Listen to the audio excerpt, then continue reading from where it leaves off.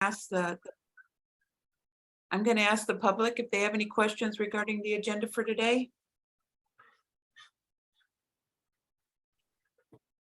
Hearing none, do I have a motion to approve the agenda?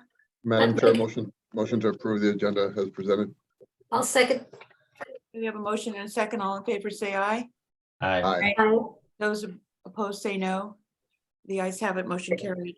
And then for the meeting minutes from the October panel meeting, did every panel have a chance to review? Is there any changes regarding the minutes?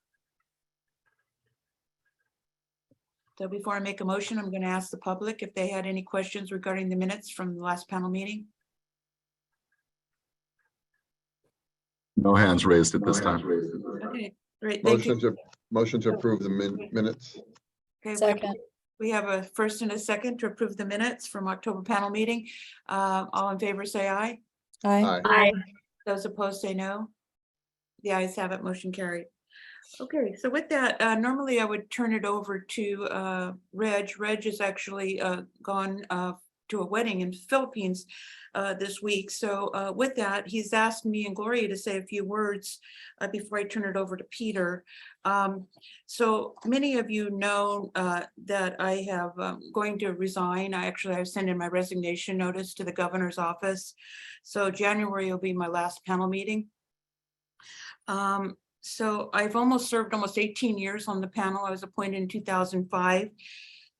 So during that time, I've actually had the privilege to experience the continued growth of the California economy, and looking at all the employers and employees and all the training programs that we've approved has been very rewarding. So over the years, I've worked alongside a very dedicated ETP staff and great panel meetings, great panel members, and a very diverse stakeholders. And I want to thank everyone for their support and for their patience. I know that sometimes I've been very challenging, with some of my questions and comments, but I've really tried to understand the complexities of the programs over the years. I certainly hope as my time as a panel member, and more recently as the acting chairperson, I'll be remembered to have been a contributing factor to the success, the quality, the balance, and the integrity of the ETP programs. That has been my goal. So I look forward to the continued success and growth of the employment training panel. And many of you have my phone number, they have my email, and I'm also on LinkedIn. So if anybody would like to contact me, please feel free to do that. And thanks again for everything. And I'd like to hand it over to Gloria Bell for a few words. Thank you, Janice. And first of all, I really want to thank you for your leadership and mentorship as well. Because when I got on the board around 10 years ago, myself on the panel, you were really instrumental to my success on ETP. And I really want to thank you for all those meetings, all those subcommittees, all those quick emails you send me, because your heart was truly deeply involved in ETP. So thank you. Thank you very much. But as for myself, I am also resigning. I have submitted my letter of resignation as well. As most of you know, I'm a sailor and I plan on circumnavigating around the world. So it is really time to set my sails on new horizons. I don't call it retirement, I call it reinvention. So I do plan on, circumnavigating and being that grandmother. That's my goal. But I do want to also thank the ETP staff for their understanding and their patience with me as well, because I know sometimes I can be a little special. But I also am, truly honored to be part of this journey. I saw the results of working parents when I was growing up, when they got trained. My parents came on the Bracero program, and they immigrated into the United States, and they got with companies that got them solid work and trained and upskilled their skill set as well. So as a child of that, I saw the results. So I truly believe in what ETP's mission and values are, because again, I'm a product of it.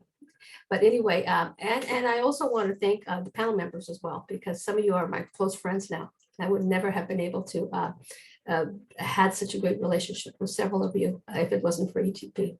So I will see you in January, and hopefully we can cheers to Janet Senard's next chapter in life, right? But anyway, thank you. Thank you very much. And thank everybody. If I forgot anybody, I'm sorry, but thank you all. Thanks, Gloria. So with that, I would like to turn it over to Peter for his comments, please. Yeah, so good morning, panel members and staff and stakeholders. First of all, thank you, Gloria and Jan, for your many, many years of public service. And I want to remind everyone that this is voluntary work. So there's not only a huge time commitment, but also, financial commitment to support ATP. The January panel meeting will be held in person, and we'll have a chance to recognize Jan and Gloria for their service to ETP. Please make sure to plan to attend so we can celebrate all of their accomplishments. We plan on having Acting Labor Secretary Stuart Knox to say a few words, and there will be an opportunity for for panel members and members of the public to speak as well at that time at the January panel meeting. With that, I want to move on to my regular report. And regarding the first in, first out review process, Civic Makers is helping guide us through that process of review. They've completed over 30 interviews with stakeholders, both external and internal. They're analyzing that data, and they'll give a presentation in person in January. Regarding today's panel, first of all, welcome to the managers that will be presenting the proposals later this morning: Kellen Hernandez, Ryan Swire, Chris Hoover, Phil Boyer, and Heather Miguel. Also today, we have presentations and action items from Liz Testa regarding retrainee job creation and approving multiple MEC contracts. Regarding our core funding, today's panel meeting is for $10 million, $10,077,976 to be exact, to serve 9,533 trainees and a total of 47 proposals. Should the panel approve all projects before today, you will have approved just over $52 million in projects this fiscal year, which will leave roughly $40 million in contracting capacity for the remainder of the fiscal year. We are not seeing as many MEC applications as we would like, and we're looking for more of these. Our allocation is for $23.2 million for the MECs, and we've only funded $4.1 million. So this leaves just over $19 million in this allocation for this year. So we would like to see more of these MEC applications. Regarding our general funds, thank you, panel, for approving the guidelines for the healthcare and literacy programs at the last meeting. We plan on rolling these out next year, and we'll be holding informational sessions for stakeholders and prospective applicants. We'll start with the healthcare program and hope to bring proposals to the April panel meeting for approval. Regarding the expansion and community college fund contractors, we want to maximize our alternative funding. And I'd like to remind expansion fund and community college fund contractors that we need to see performance documented to ensure that these funds are being spent. These funds do have clawback provisions so that we can reallocate unused amounts prior to them being lost. So please do work with your ETP staff contact and make sure that you are in compliance. Now, I'd like to ask our attorney, Mike Cable, if he has any comments for the panel before he hands it over to Tara for the next report. Mike, do you have any items? I do. Good morning, panel members. I just have a couple quick updates I wanted to share with you, some things that we've talked about in the past. First, just wanting the panel and others to know that we're still conducting an overview of our policies and procedures to make sure such things are consistent with our ETP's legislation and regulations, and that this review remains a slow but strategic process. We're reviewing the pilots and the guidelines, as well as looking at significant contract amendment requests and how we process those and how we approve those. And please note that there's no need to worry about any changes being immediate or without notice, as any changes that might take place going through this review process will be thoroughly vetted. It'll also be communicated in various avenues and streams of communication, such as the policy committee meeting. And that's kind of the purpose for wanting to bring this up, is reminding all of you about the policy committee meeting. And we'll be bringing any issues that need panel approval to panel for review and approval. Second is just a quick reminder regarding our COVID guidelines, and that the variances and program changes in those guidelines very much arose from the pandemic. They were temporary. They were intended to be temporary in order to respond to the immediate needs of the pandemic at that time.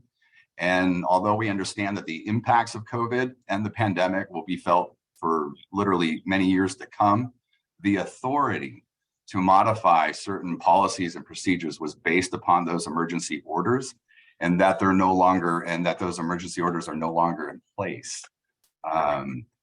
That said, if anyone has any thoughts or suggestions about policies and procedures, or anything that we may have done, or any recommendation for changes or improving our policies and procedures, then I would request and just be sure to attend our policy committee meetings.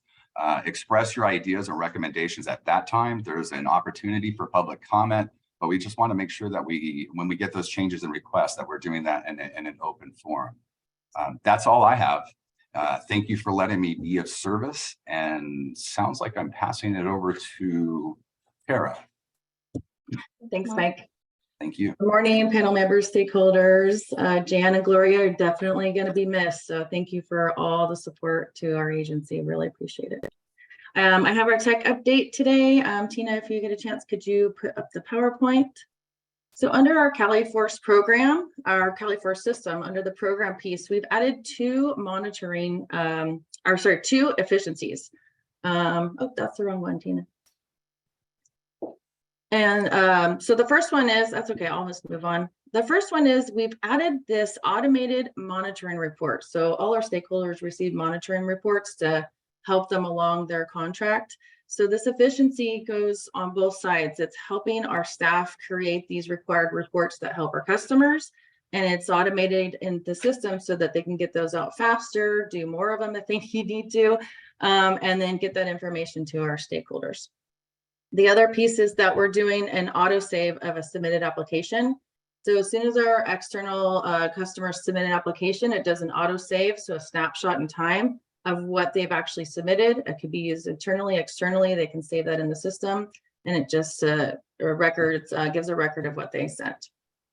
Under a Cali grant system, we have the Division of Apprenticeship Standards. They just went live. They're our sister agency with ETP. Went live with their ERICA grant, and we're also assisting the California Workforce Development Board. We've added functions such as, thanks Tina, app revisions, doing document exports and grant and fund management. And then lastly, under our ETP enterprise support, I want to announce that we have a new IT manager. It's been a long 6 months.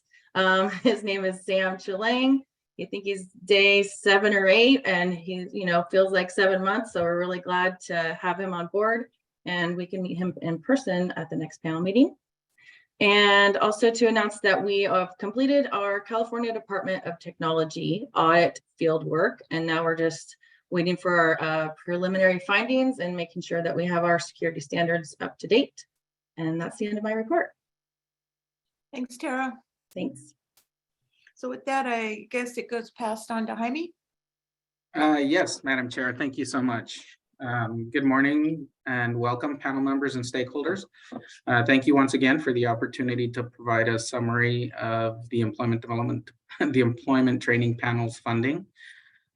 Before I do get started, based on the announcements today, I would like to say thank you as well to Madam Chair Roberts and panel member Bell for their exceptional commitment to public service, and specifically for the guidance and leadership they have provided ETP for all the years that they've been with us. Thank you so much for everything that you've done for us. Thank you. With that, I will move on to the funding. As Assistant Director Cooper stated earlier, The panel's meeting today is for approximately $10 million. That does include 10 proposed delegated orders for a total of $345,966. If all proposals scheduled for this panel meeting are funded today, the panel will be for approximately approving 47 projects. After today's panel meeting, the employment training panel will have approximately $40.3 million left in contracting capacity for the fiscal year of 22-23. We have 190 applications in demand currently. 60 applications are currently with the regional office in development. 31 applications are under review by the application and assessment unit, and 99 applications have been submitted and are pending review. The estimated value of the 190 applications is approximately $56.2 million and breaks down as follows. $41.2 million in demand for single employer contracts, $7.7 million in demand for small business, $5.8 million in demand for multiple employer contracts, $1.1 million in demand for apprenticeships, and $441,600 in demand for critical proposals. We are currently within our allocations for state fiscal year 22-23. And as Assistant Director Cooper stated, we are looking for more multiple employer contracts to fund specifically. That is the final portion of my report, and I have one action item related to the consent calendar. Madam Chair, I would like to request that the panel members identify which proposals, if any, they would like to pull from today's consent calendar, and then for a motion to approve the consent calendar with the exception and identity of those proposals being pulled, which will be heard individually and in order. Thanks, Jaime. So does the panel members have any concern around any of the proposals in the consent calendar that they'd like to pull to hear separately? I just have one. That would be tab number 15. It would be Peterson Brothers, I believe. Peterson Brothers, I'd like to hear separately. Is there any other questions around any of the other proposals? Okay, so if not, I'm going to open it up to the public before we make a motion. Any comments from the public regarding the consent calendar? No hands raised at this time. Okay, hearing none, I'd like to have a motion to approve the consent calendar as stated, minus the one application being pulled. Here Motion to approve the consent calendar with the exception of tab number 15. Thanks. Second. We have a first and a second. All in favor, say aye. Aye. Aye. Those opposed, say no. The ayes have it, motion carried. Thank you. Thank you, Madam Chair. So with that, we're going to pass it on to Gretchen for our policy committee report from our last subcommittee meeting. Very brief report because the meeting was very brief. Our policy committee met on Tuesday, November 29th at 1 p.m. via Zoom. Thank you for all of you for attending that attended. First up, we had a discussion on small businesses, essential workers, and identified equity gaps, especially in regards to digital skills. And then the next was an action item to approve the new retrainee job creation wage. And committee approved staff's proposal and moved it forward to full panel for approval. So you'll be hearing that as an action item later on this morning. And then if anyone has any potential agenda topics for future policy committee meetings, please email them to Liz Testa. Thank you. Thanks, Gretchen. Appreciate the succinctness of that report.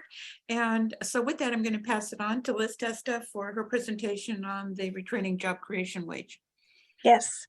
Good morning. Can everyone hear me? Yes. Excellent. Great. Excellent. And I would like to say congratulations to Jan and Gloria. That's very exciting. I'm really happy for you. And Gloria, please just be safe sailing around the world. But yeah, it's very, very exciting. So I have two action items for you this morning. The first one, which we'll tackle right now, is regarding the retraining job creation wage for next calendar year. So each year in October, we redo all of our wages for all of our trainee categories, and we reset all of the minimum wages for each trainee category for the next calendar year. During this process this year, we noticed an issue with the retrainee job creation wage, or the RJC wage, which is what we're here today to talk about. Just as a quick reminder, RJC trainees are newly hired, which means they are employees who have been hired anywhere from 90 days before the contract term begins through any time during the contract, as long as they can meet their minimum training and retention requirements during the contract term. Historically, this population has been held to the new hire wages, which in general are our lowest required minimum wage levels. In 2018, panel expressed concern that we were potentially incentivizing companies to pay the lowest wages possible, and they asked for a review of the RJC wage in particular. This item came to the December 2018 Policy Committee meeting for discussion, and then at the February 2019 panel meeting, panel voted to institute a new RJC wage, which they set at a firm $15 an hour. For next calendar year, for 2023, the statewide minimum wage for all companies, regardless of business size, is going to be $15.50 an hour.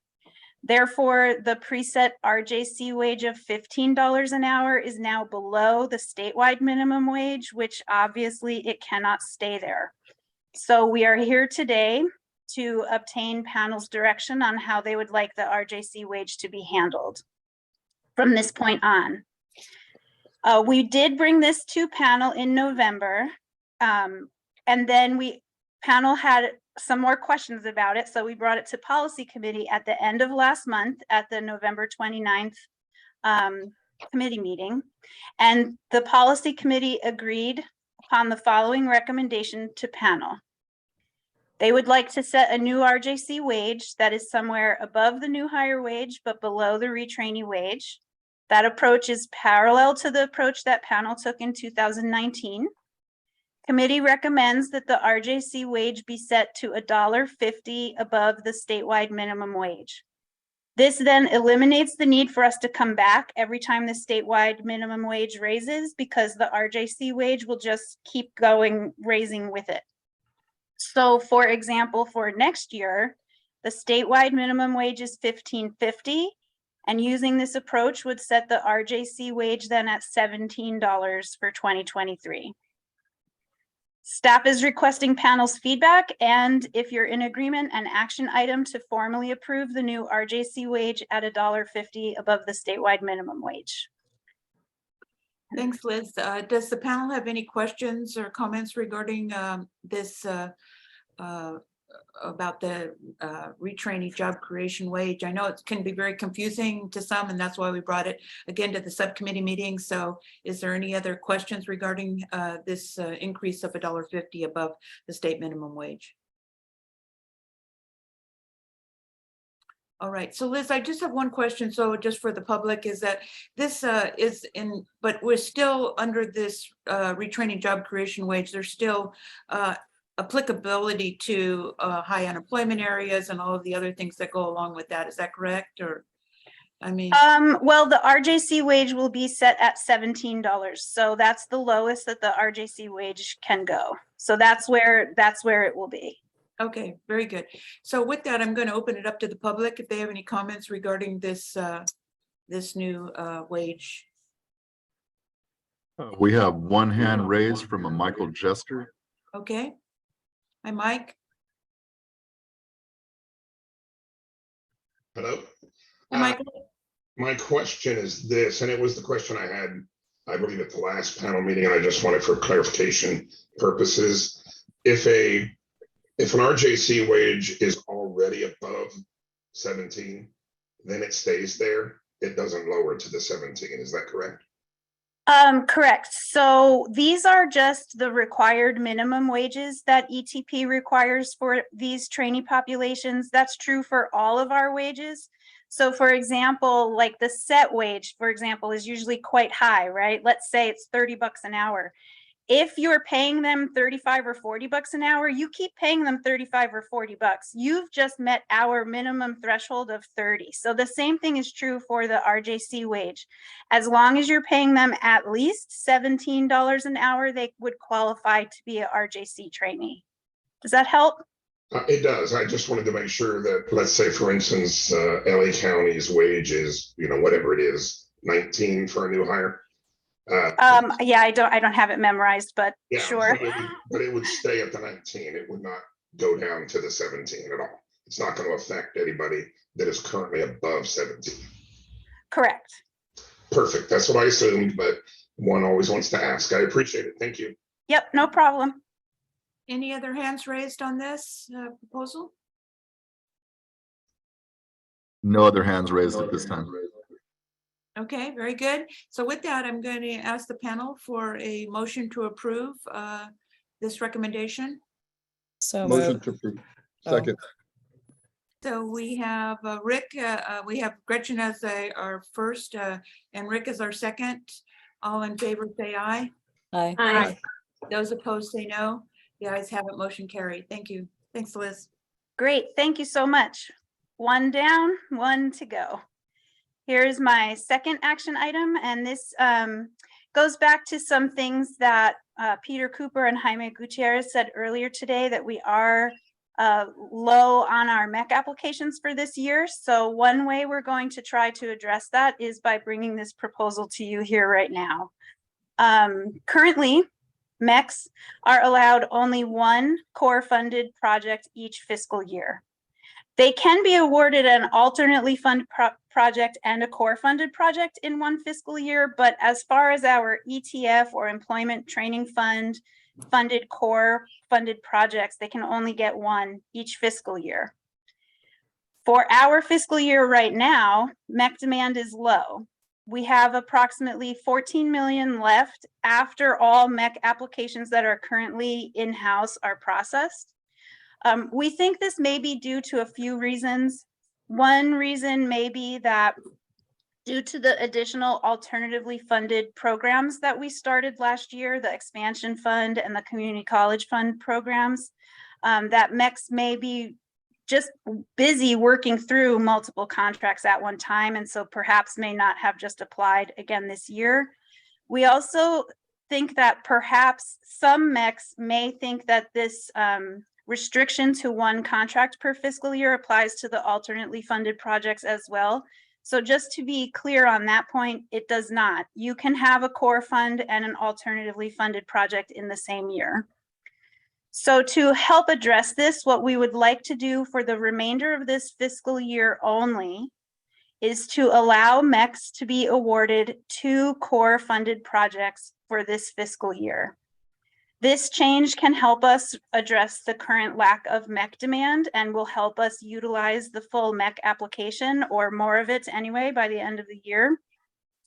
We've received some support and interest in this approach from a few different MECs, so we do think that this is something that will work and will help. And at the same time, we also recognize that this can potentially increase the liability that some contractors are having to deal with if they're having more than one contract at a time. So we've developed some standards that can be used as a part of this process to help mitigate that liability risk, and I'll go into that in just a moment. Additionally, and perhaps most importantly, we do see this as a way to further panel's goal of increasing the reach of the ETP program by bringing in more new employers, new trainees, and new training curriculum into the ETP system. So we're hopeful that this approach can help with that goal as well. So here is our full proposal. We would like to allow MECs to be awarded 2 core funded contracts for this fiscal year. This will expire on June 30th, which means that the last panel meeting that you can get your second project approved at would be the June panel meeting. If you have a delegation order, you could get it approved until June 30th. And then for next fiscal year, which starts on July 1st, you would again be limited for MECs to have only 1 core funded project for next fiscal year. The restriction on concurrent enrollment will remain in place. This means that no trainee can participate in more than one contract at a time. No duplicating trainees, basically. The doubled contracts will be monitored more closely to help ensure high performance in both contracts, since we are aware of the extra work and liability that this brings to the MECs. Contractors should be aware that they may get a little bit more hands-on customer service for these second projects. And developers and monitors will be reviewing these projects as well to make sure that the second contract does not duplicate their first contract. I'll go into that again in a moment.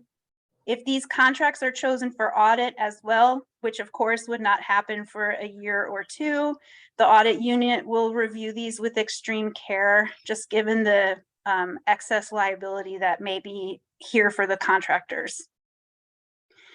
Regarding performance, the performance results of all of the contracts that the MEC holds, including this second or doubled core contract, will be included in subsequent applications. ETP does request that panel holds contractors for their next year's contract to whatever their lowest earned amount was this year. And additionally, in order to be awarded a second core funded contract this year, all of your current contracts performance will be taken into consideration. Lastly, and perhaps most importantly, because this goes to ETP's goal of expanding ETP's reach to new companies and trainees, for this second core funded contract, contractors must plan on including either new participating employers or new curriculum content if they're going to repeat their employers in their second core funded contract. As noted above, expanding the reach and impact of the ETP program is the main goal of this effort. Therefore, the contracts must contain either new employers, which by default brings new trainees, or new curriculum content in order to be considered for approval. Developers will ensure this as they're developing the projects, and monitors will likewise be making sure of this as they do their reviews during the course of the contract term. So with that, in general, that's our plan. So I'm requesting feedback, of course, if panel has any questions. And if you are in agreement, I would like to request an action item to formally approve allowing MECs to be awarded 2 core funded projects for the remainder of this fiscal year with the limits outlined above. Thanks, Liz. Thanks for actually proposing this. This looks like a good program to help sustain those funds for MECs. And I know we have a lot of subsequent different programs going on right now with them. So I understand that probably the application process is a little bit behind the scenes. So with that, I'm going to open it up to the panel to see if there's any questions that they have regarding these 2 core funded projects for MECs.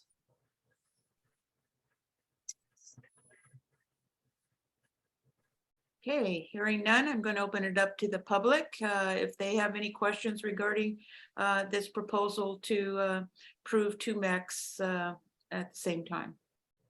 We have a couple of hands raised. The first one is Rocio Leon. Rocio? Good morning. Thank you for allowing me to comment here. And I really appreciate the fact that ETP is looking to provide multi-employer contractors expanded reach. We are a longtime multi-employer contract holder. Our target audience is the small manufacturer. 80% of the companies that we serve have 50 employees or less, 100 employees or less, and the vast majority of those have 50 employees or less. So we are bringing new employers into the fold on a continuing basis. Nowadays, converts. Can you hear me? Yes. Okay, great. But what I would actually suggest is that it might actually be easier to raise the cap rather than encourage multiple contracts.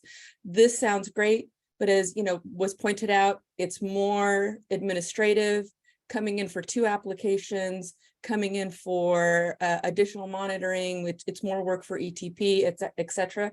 We can accomplish the same goal if we could look at, $1.2 million contracts rather than two $600,000 contracts. Historically, CMTC has been a holder of and has fully executed against 1 million, 1.5, even $2 million contracts. And it's something that we would urge you to consider.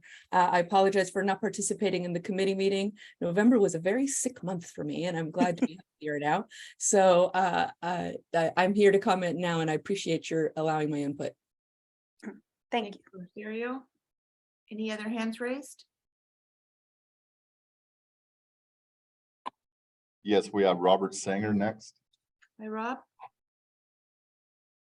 Good morning. Thanks for bringing this up for discussion. We are seeing, I'm Rob Sanger with California Manufacturers and Technology Association, and we're really seeing a lot of demand from our smaller manufacturers to participate in the MEC. We're just not seeing as much demand for the single employer contracts. They really rely on these contracts to streamline the work for them, and they really appreciate that. And so we're seeing a lot of demand. Also, I noticed on one of ETP's presentations that last year, I believe it was, only the ETP only served about 30%. 30% of the companies served were manufacturers. So it was a little bit less than 30%. So I've been around a long time. It used to be manufacturers were more like the 60, 70%. So this is a great way to bring in more smaller mid-sized manufacturers. And I do also would like to chime in on Rocio's comment of increasing the caps at some point on these would be easier. We are totally fine with doing 2 MECs as well, but that would be another way to look at it, is to increase the caps. But I thank you for considering this, and at CMTA we're very happy about pulling in another MEC and serving our demand, because we do have a lot of people on the wait list right now. Thanks a lot. Thanks, Rob. Any other hands raised? Yes, next up we have Phil Herrera.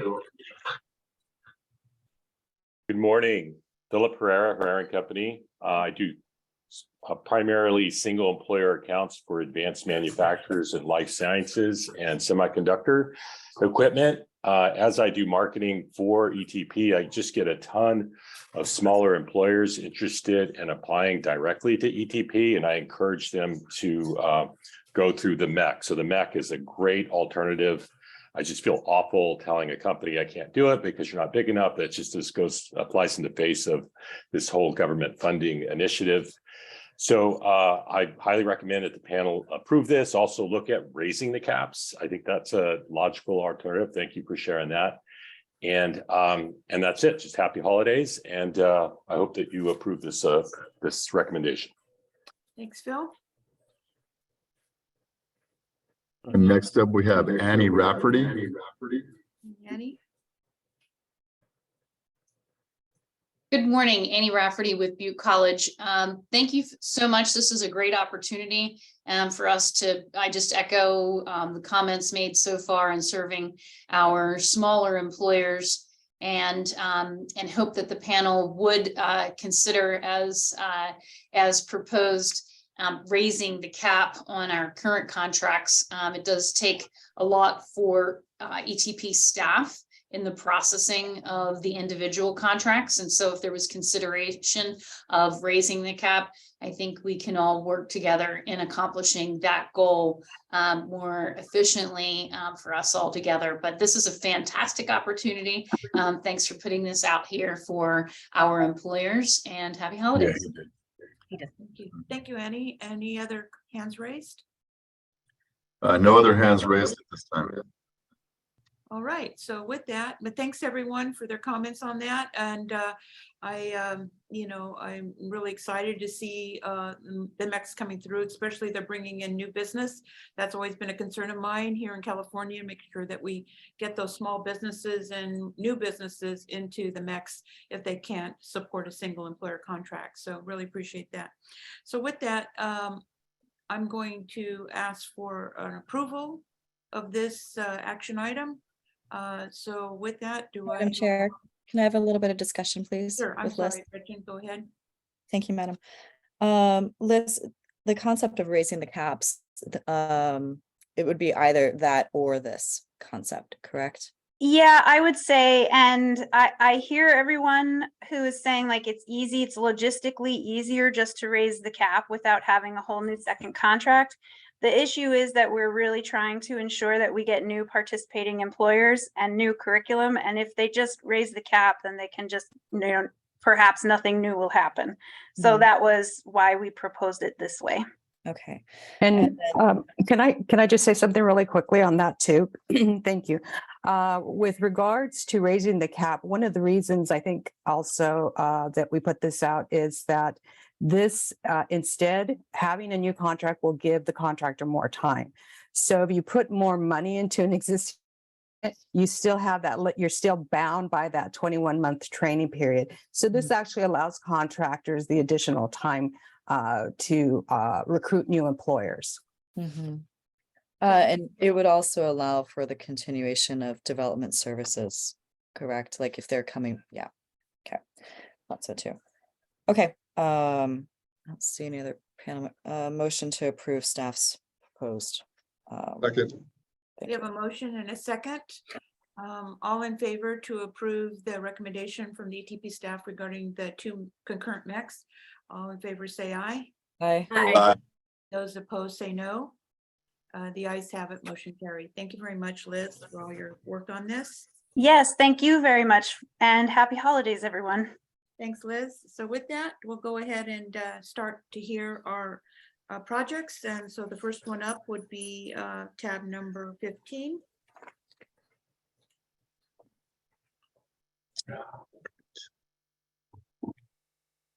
Sorry about that. I was having problems with my video.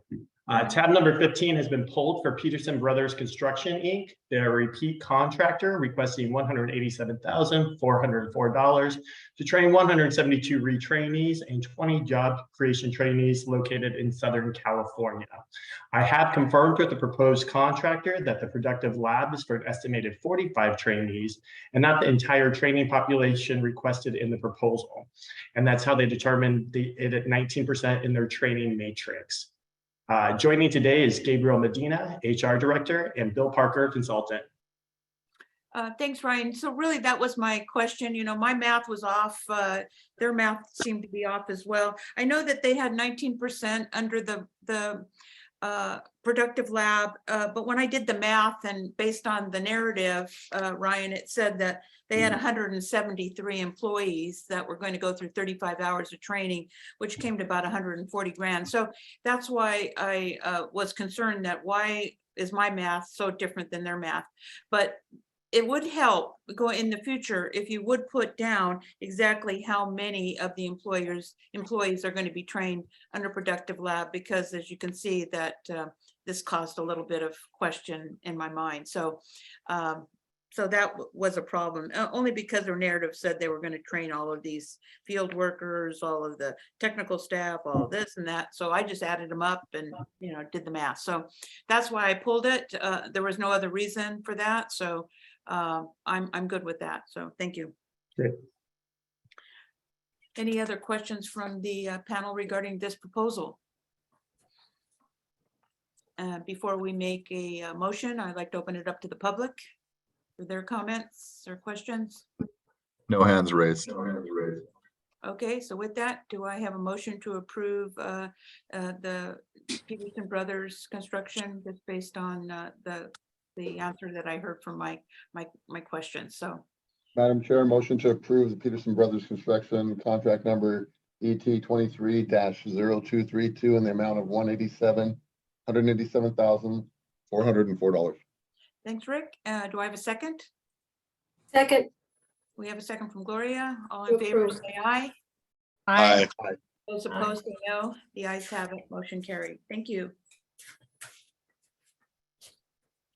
All righty. Good morning, panel members. It's been a while since I've presented projects. It's good to see you all. And many thanks and congratulations to Janice and Gloria. We will miss both of you very much. Thank you for your service to the panel. Okay, let's get started. Please turn to tab 20. Here we have an apprenticeship proposal for California American Fire Sprinkler Association Training Trust Fund.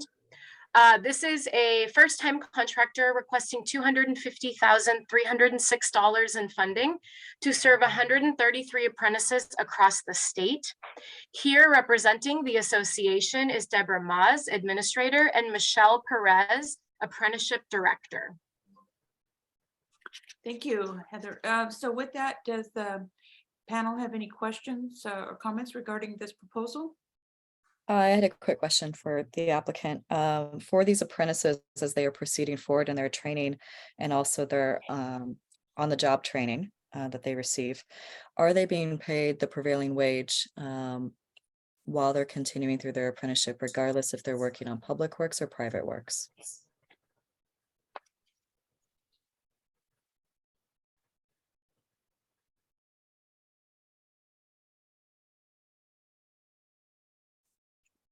Do we have a representative from California American Fire Sprinkler Association on board?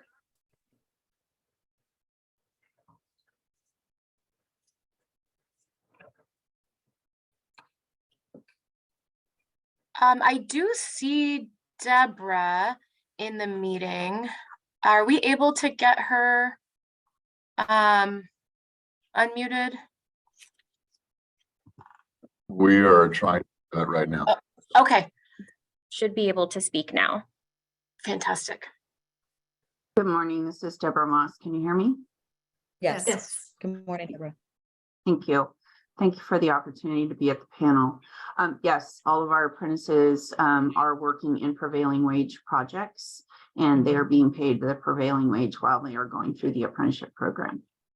Even if they are working on a private project, right? Our apprentices are working on public projects. So you only have public projects that the apprentices are working on, or do they switch back and forth between public and private? The apprentices that are in this grant application are all working on private work. I'm sorry, on public work, all the apprentices in this application. We actually have a number of other apprentices that we put through the program, but they are not a part of this application. Okay, got it. Okay. Glad that these apprentices are being paid the prevailing wage. And I also want to appreciate you coming forward, a first-time applicant. I always like to see some new blood in the system, so appreciate that. Any other comments from the panel regarding this proposal? Okay, hearing none, I would like to open it up to the public if they have any comments on this proposal. I don't see any additional hands raised at this time. Okay, so with that, I'd like to have a motion to approve this proposal. Madam Chair, motion to approve the California American Fire Sprinkler Association Training Trust Fund, contract number ET 23-0964, in the amount of $250,306. Rick, do I have a second? Second, this is Gloria. We have a first and a second. All in favor, say aye. Aye. Aye. Those opposed, say no. The ayes have it, motion carried. Thank you. All right, fantastic. So Jen, if you liked the other one, you'll like this one. So please turn to tab 21. This is a proposal for Spalding Marine Center. Per a panel memo that on the apprenticeship program that you saw earlier this year, I want to say back in January, so think all the way back. When we originally proposed our plan for apprenticeships, we did set aside some funding for non-traditional programs that we were hoping would come forward this year, and we have one here today. They are a first-time applicant requesting $25,586 in funding. Spalding Marine Center trains apprentices to become marine technicians and anticipates training approximately 11 apprentices. They are requesting a wage modification to utilize the ETP standard wages by county, which would be $23.53 per hour for Alameda, Marin, and San Francisco counties, and $23.30 for Contra Costa County. This wage modification will ensure that the apprentices are placed with employers in the Bay Area upon completion of training. And here representing the Spalding Marine Center is Sydney Waworka, Apprenticeship Coordinator. Okay, so thank you so much, Heather. And so I was surprised when I looked at this to see that it wasn't in the delegation order, but as you said, it is a non-priority industry. So maybe that's why we're seeing it today. I'm not sure. why. Actually, yeah, so it is a very small project. Typically, this would go under delegation or consent. However, we made a decision a couple of months ago to bring all of the apprenticeship programs that are new to panel. So that was a decision made in the September and October panel meetings when we saw the bulk of the apprenticeship programs. And we wanted to be consistent with the decision made at that time and bring this forward for your consideration. Okay, well, thanks again. So Sure. does the panel have any questions on this proposal? So hearing none, I'm going to open it up to the public if they have any questions on this proposal. No hands raised at this time. Okay, so with that, I would like to have a motion to approve. Motion to approve. Oh, Second. for the Spalding Marine Center for an amount of $25,586. Making our general counsel happy. Okay, thanks, Gretchen. Do we have a second? Second. You have a second, multiple seconds. So Gloria, I heard Gloria first, so Gloria is a second. All in favor, say aye. Aye. Those opposed, say no. The ayes have it, motion carried. Thank you so much. Thanks. All Heather. right, thank you. Happy holidays. Thank you.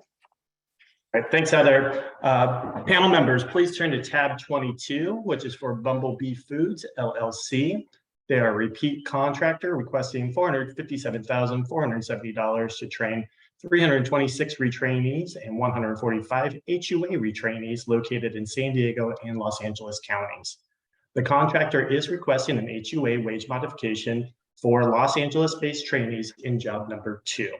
Joining today is Xavier Aguilera, Director, and Bill Sachs, Consultant.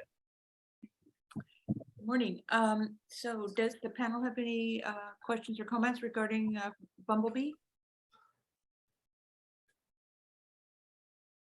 All right, so I'm going to open it up to the public if they have any comments regarding this project. There are no hands raised at this time. Okay, no hands raised. So with that, I'm going to ask for a motion to approve this project. I'll make the motion to accept Bumblebee's food for $457,470. Second, Rick. Okay, we have a first and a second. All in favor, say aye. Aye. Aye. Those opposed, say no. The ayes have it, motion carried. Thank you. Great. Up next is tab 23 for Monrovia Nursery Company. They're a first-time proposed contractor requesting $314,640 to train 373 retrainees, 63 HUA retrainees, and 20 HUA job creation trainees located in Los Angeles and Tulare counties. The contractor is requesting an HUA wage modification for trainees in job number 2 and 3. Joining today is Socorro DeLay, HR Manager, and Barry Menzel, Consultant. Good morning. Yes, so Monrovia Nursery, I for some reason that certainly rings a bell to me, like you may have come maybe under a different name, or am I missing something? For some reason, I thought I've seen Monrovia Nursery come through before.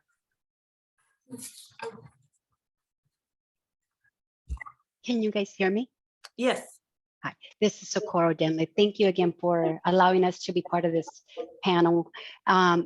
So it's Monrovia Nursery Company, and this is the first time, from my understanding, that we apply for this funding.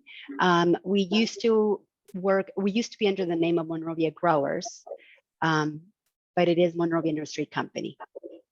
Okay, yeah, it just, rang a bell to me, and that's why I thought the first time, I always like to see, first time applicants come through, but when I saw your name, I thought, well, wait, I thought I've seen that one before, so I just thought I'd ask, but if it's under a different FEIN and different CEAN, I think it's fine. I just had a comment on that, so any other comments from the panel regarding this proposal? Okay, so I'd like to open it up to the public if they have any comments. So we have Barry from Training Funding Source. Okay, No, actually, this is Barry Menzel, Training Funding Source. I was just going to mention that it's first time for Monrovia. Thanks, Barry. All right, so any other hands raised regarding this proposal from the public? No other hands raised. Okay, thank you. So with that, I'd like to get a motion to approve this Madam Chair, proposal. motion to approve Monrovia Nursery Company, contract number ET 23-0235, in the amount of $314,640. Thank you, Rick. Do I have a second? Second. I have a first and a second. All in favor, say aye. Aye. Aye. Those opposed, say no. The ayes have it. Motion carried. Thank you. Thank you. Thank you. All right, up next is tab 24 for PTI Technologies, Inc. They are a first-time proposed contractor requesting $333,270 to train 242 retrainees and 30 job creation trainees located in Ventura County. Joining me today is Tammy Boyd-Koof, HR Manager, and Angela Jones, Consultant. Morning. So does the panel have any comments regarding this proposal? Hearing none, I'm going to open it up to the public. If they have any comments regarding this proposal. No hands raised. And there is, so with that, do I have a motion to approve? Motion to approve PTI Technologies in an amount of $333,270. Thank you, Gretchen. Do I have a second? Second, Rick. Do I have a first and a second? All in favor, say aye. Aye. Aye. Those opposed, say no. The ayes have it. Motion carried. Thank you.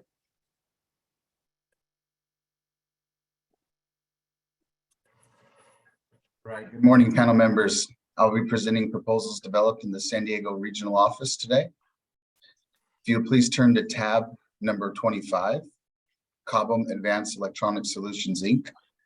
This is Cobham's fourth ETP contract for the third in the last 5 years.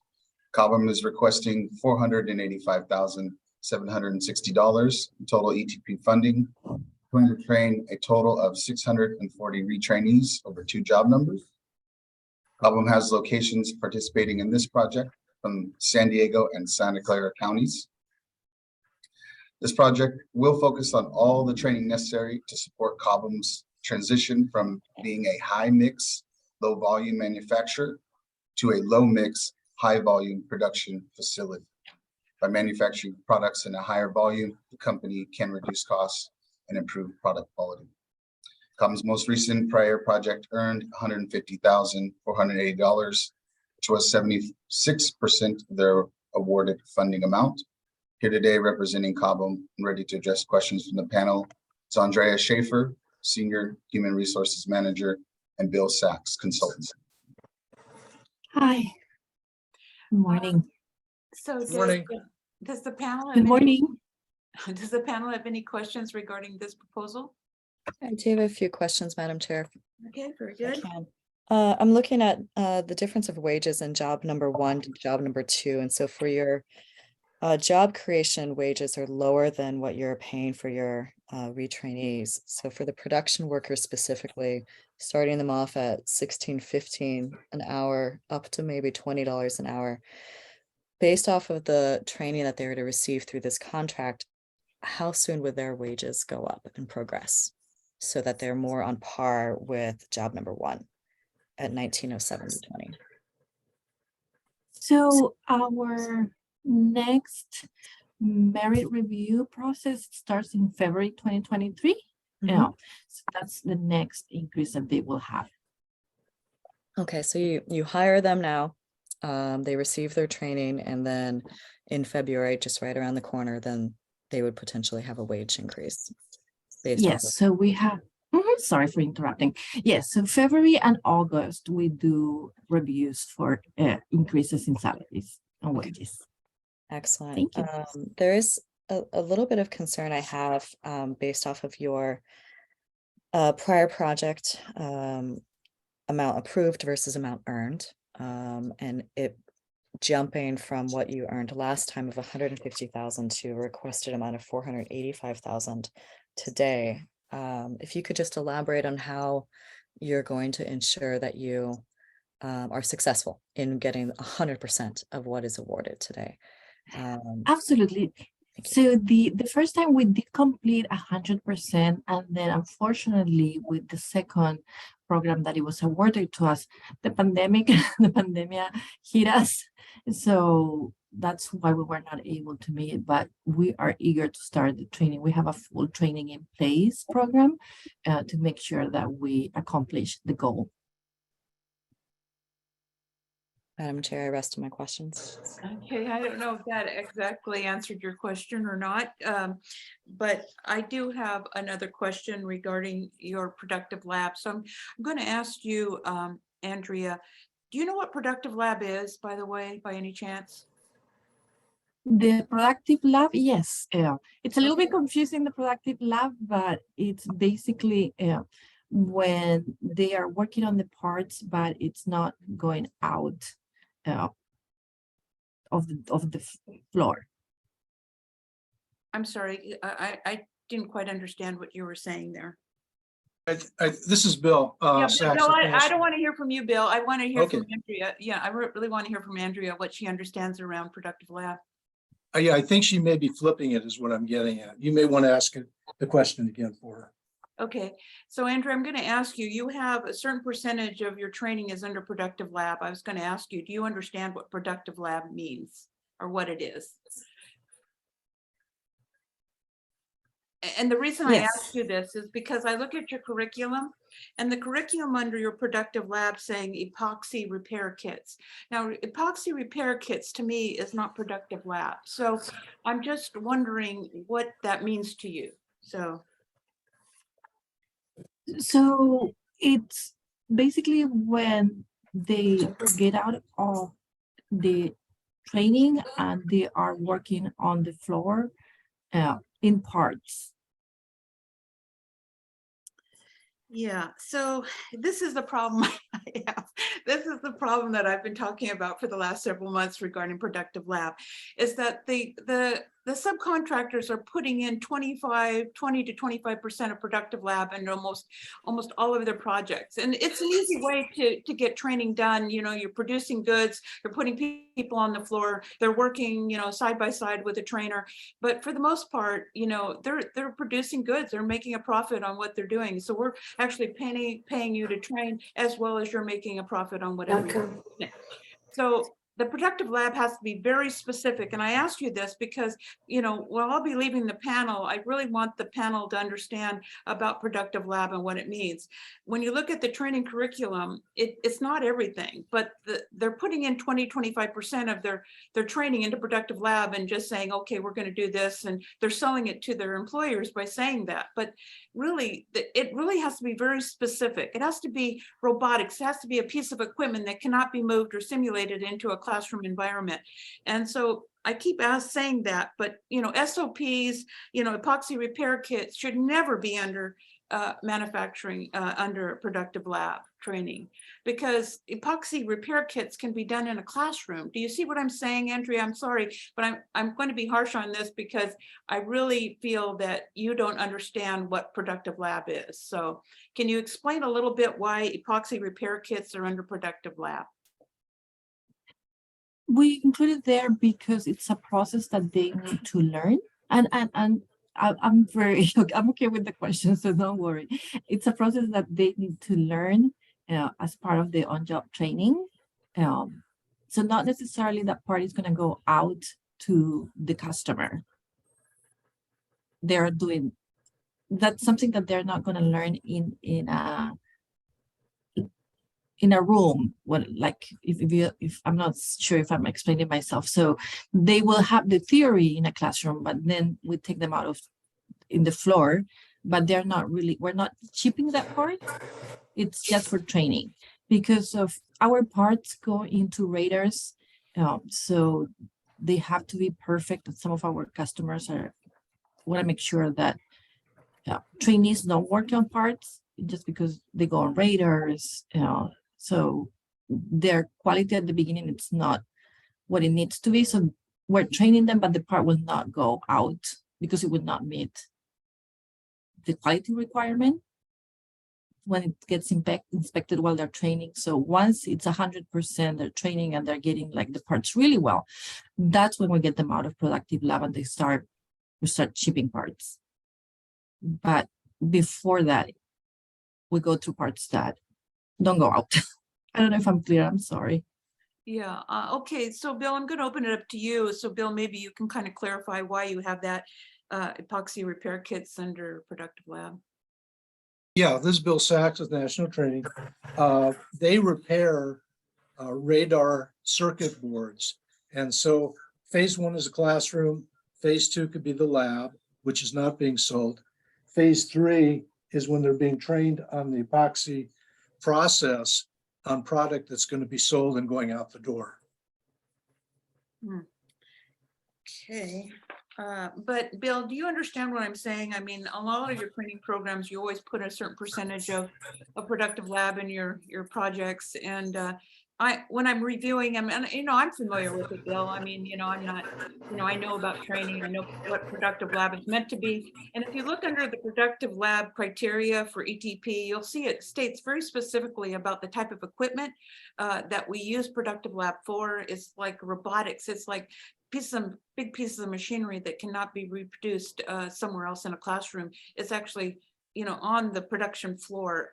So this is what I want all the subcontractors to understand around productive lab. It's not something you just take out into the work, out into your home or wherever you're putting epoxy on a piece of equipment. That's not what productive lab is. So be very specific about what goes into productive lab, and that's all I'm asking you to do. I'm going to approve this project, but just going forward, productive lab needs to be very specific. But when I went through all the projects in this proposal, this packet this time, all of them were kind of meeting the criteria between 20 and 25%. I don't know if that's the right amount. Maybe it's 10%, maybe it's 100%, but it really has to do with the type of equipment that's being used for productive lab. So that's what I'm saying. It's not a percentage by any means, but it just got to be very careful of what you have under your productive lab training curriculum. So anyway, that's just a comment that I have around productive lab. And sorry, Andrea, I put you on the spot on that one, but it's just that I don't think that most of the employers even understand what productive lab is. And so that's why I asked you that comment. So, Madam Chairman, I have a question regarding, may I? Yes, go ahead, Gloria. I have a question. Were you with the company with the prior contracts? Or I guess I'm asking you, how long have you been with the company? Is that question to Andrea? Yes, Andrea. please. Andrea? I have been, I was talking, but I was muted. Sorry about that. That's okay. I have been with the company for 10 years. Okay, so you were with the other contracts when they were there? Yes, I have. Okay, oh, good, because I was going to say, if you weren't, I wasn't sure, your longevity there, your tenure. So yeah, so just utilize your contractor, which is Bill to his full potential. Yes. Yeah, good. Okay, good. Okay. Any other comments from the panel regarding this proposal? I wanted to inquire with you, Madam Chair, if it might be more palatable to you if we reduced this contract to double the amount of what they earned last time. So going from 150,000 to 300,000 instead of 485,000. The optics for me of what we've already discussed today with the productive lab component and not really getting a lot of clarity on the value to the workers, at least from my perspective, makes me a little uncomfortable to approve it from the former contract all the way up to 485,000 at this point.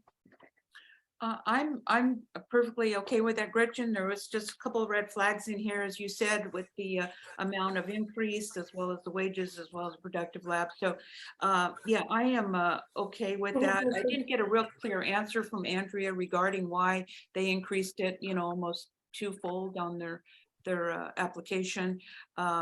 So I understand the pandemic, that's not a problem there.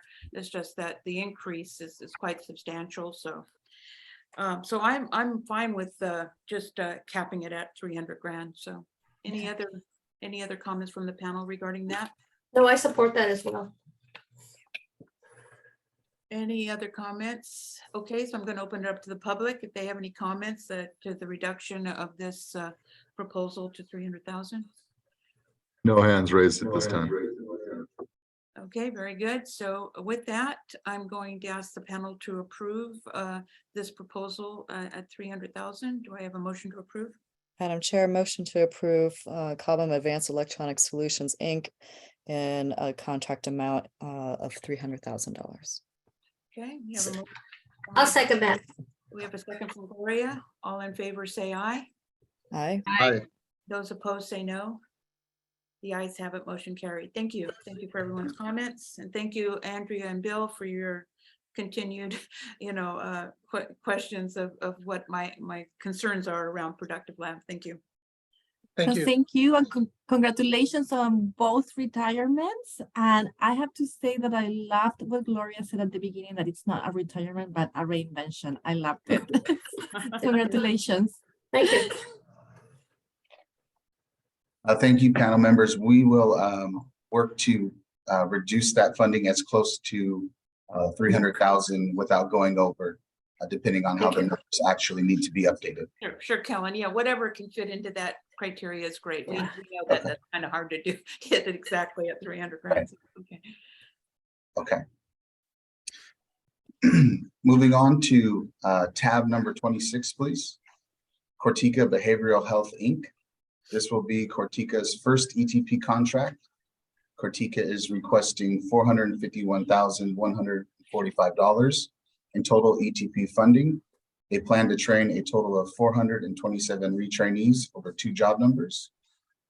Cortica has locations participating in this project from the following counties: San Diego, Los Angeles, Orange, and Marin. This training project will focus on the training needs to meet the evolving industry standards and support the transition from hard copy records to an electronic data management system. Here today representing Cortica and ready to address questions from the panel is Stephen Olete, Director, and Barry Menzel, Consultant. Very good. So does the panel have any questions regarding this proposal? I do, Madam Chair. Similar to my questions of the last applicant, looking at job number 2 under job creation for your therapist position, starting off 20 new trainees at between $18 to $20 an hour is a much lower rate than what you have under job number 1. How soon can we anticipate that those therapists, as they're proceeding in their training, would receive wage progression or a wage increase? Yeah, it happens in 2 steps, actually. When they come on board, they go through a internal certification process, which takes approximately 2 to 4 weeks. After that time, they do get an increase. And then we have an annual review cycle that happens in March and April. And there are fair increases given at that time as well. Additionally, throughout the year, based on merit and production, there can be spot increases given along with bonuses. So there's multiple possibilities, but within a single year, they should be increased to that fairly quickly. Okay, so let's talk about the therapist under job number 2. How quickly exactly would those earning or starting off at $18 an hour move up to the next tier of $20 to $25 an hour? That usually happens within the first year. It depends on when they join, because we do have the performance reviews happening in March and April. And if they don't meet the criteria because they come in, relatively close to that, there is a possibility for that to happen within the first 6 to 8 months as well. Okay. Another question I had is your application states that CBH occupations have certifications and licenses in the following positions, and then it lists out all the different positions. Very exciting to hear you talk about certifications and licenses, but if you could describe that more. I'm always looking for the value to the worker, the workforce themselves. So what certifications are they receiving through this training? And that certification comes from CBH, and is it transferable in their industry? Yes, so all of our certifications are transferable. A couple examples are our behavioral interventionists, and all of our therapists work with those with neurological differences, primarily on the autistic spectrum. But those joining come in, some of them come in with absolutely no background, and we train them in what's called a registered behavioral technician. That's a certification they get within typically within the first 4 weeks. It's self-paced.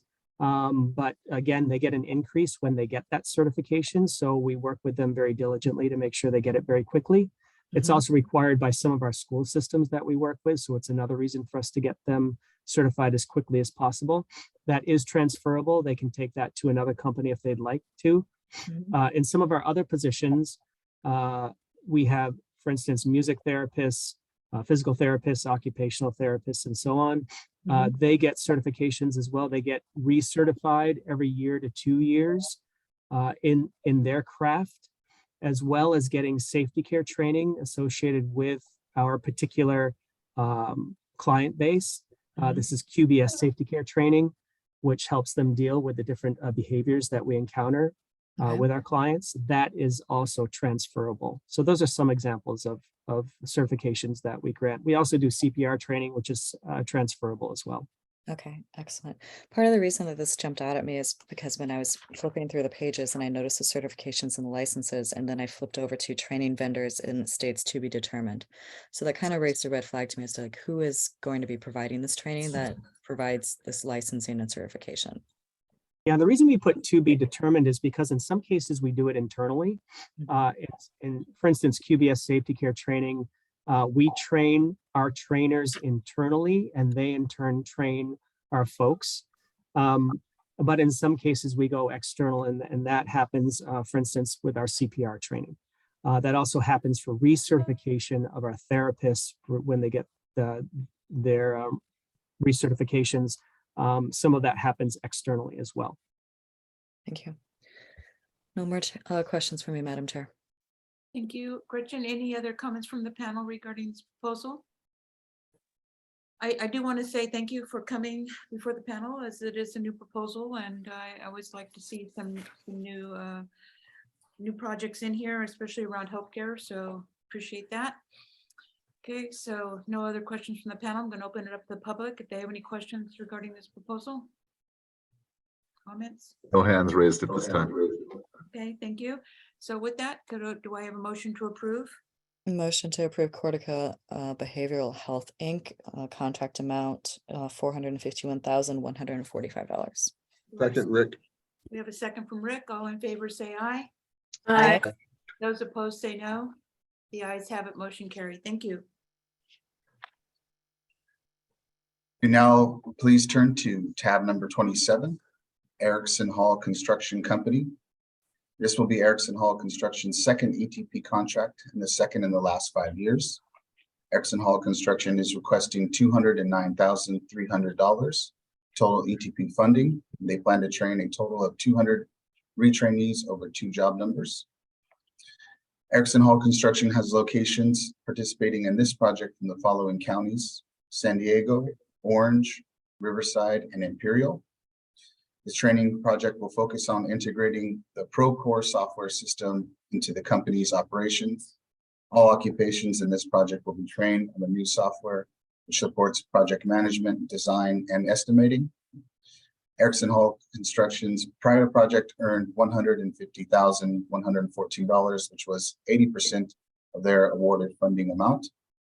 Here today representing Erickson Hall Construction and ready to address questions from the panel is Jennifer Duarte, Senior Director of Human Resources, and Barry Menzel, Consultant. Good. Does the panel have any questions regarding this proposal? Yeah, I have a question. This is Gloria. I'm just curious, and my question is to, I guess, Jennifer. Your prior contract, you received funding you met 80% of the contract. And usually what's written on the bottom is an explanation why the organization didn't get 100%. So do you know why that you only received 80% opposed to 100% or even closer to 80%? I wasn't sure if you were there at the time, but if you know. Okay. Good morning, panel. Yes, we actually do have a reason why we experienced some turnover within the HR department. So my former incumbent put together this plan and all this trainings. We weren't able to necessarily get to all of them. But this year we have very aggressive plans for the training program. Okay, so your objective is to get real close to 100%. Is that correct? real close, if not over. I know initially we requested a little bit more just because we're increasing in our headcount size as well, but definitely to hit 100 is our goal at least. Okay, just make sure, my counsel to you is just to make sure you use your subcontractor, Barry, to his full potentials to get you to your goal of getting there at 100%. We will do that. Thank you very much, Ms. Bell. So thanks, Gloria. So Jennifer, I'm sorry, I didn't quite hear that. You said something, the reason that it wasn't 100% because you had some someone lead from the HR department. Was I heard correctly or? Yes, ma'am. My predecessor actually left. Okay, so that's a great question. That's a great comment because I always say the reason that we always put infrastructure in there is because, and I always make comments on HR, and Gloria knows this, is that, you know, they are pretty flighty at times and they move from here to there.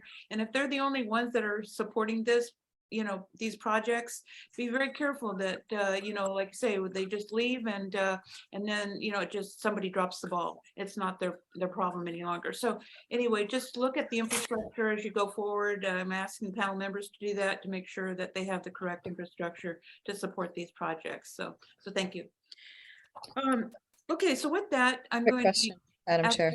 Yes, go ahead, Richard. Sorry, there is a notion that pertaining to construction or related applicants that we not duplicate apprenticeship approved curriculum.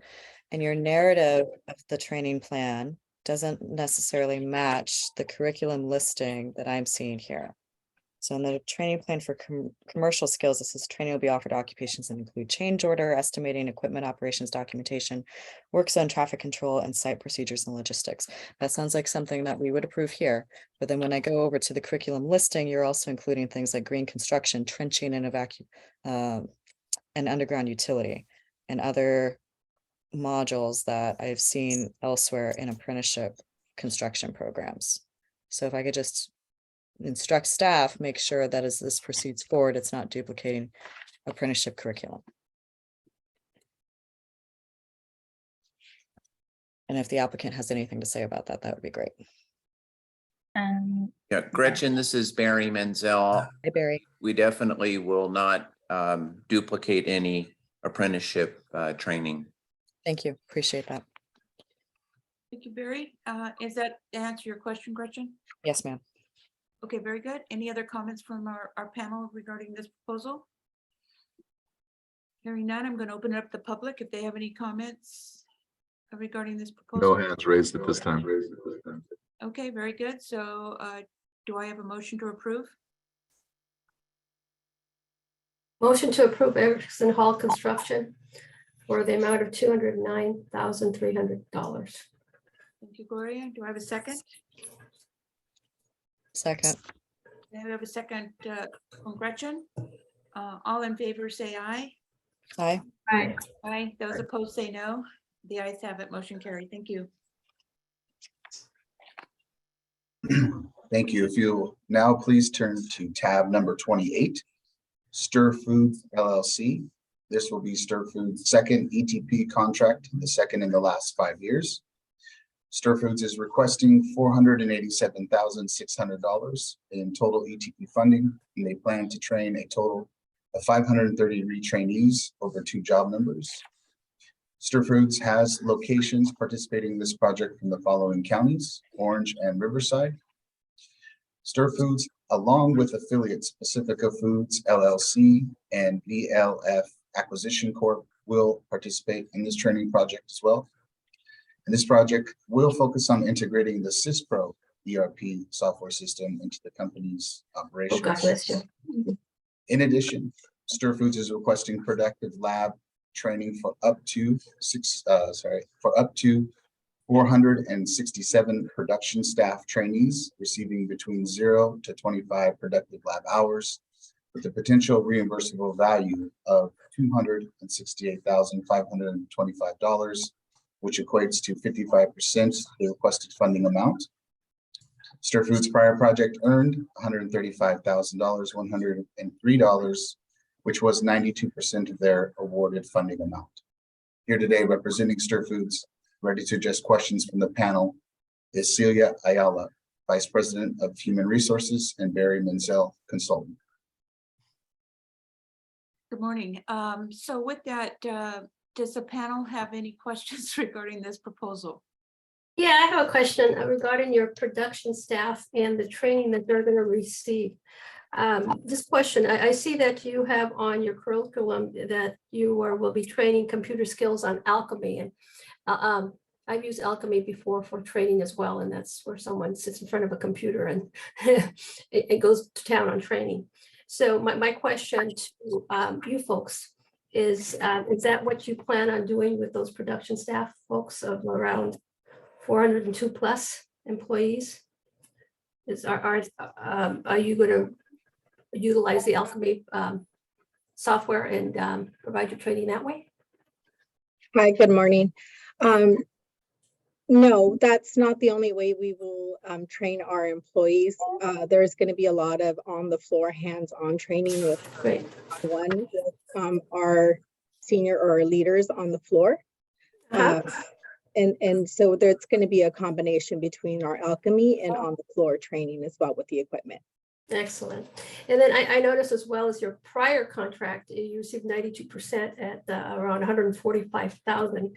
And now you're really going for a lot more, which is 487. Is there a reason why you're exceeding more than double for funding? Yes. Since our last approval, we've acquired additional facilities. So we almost tripled our head count. Okay. That's the reason for the extra funding. And were you there at that contract as well?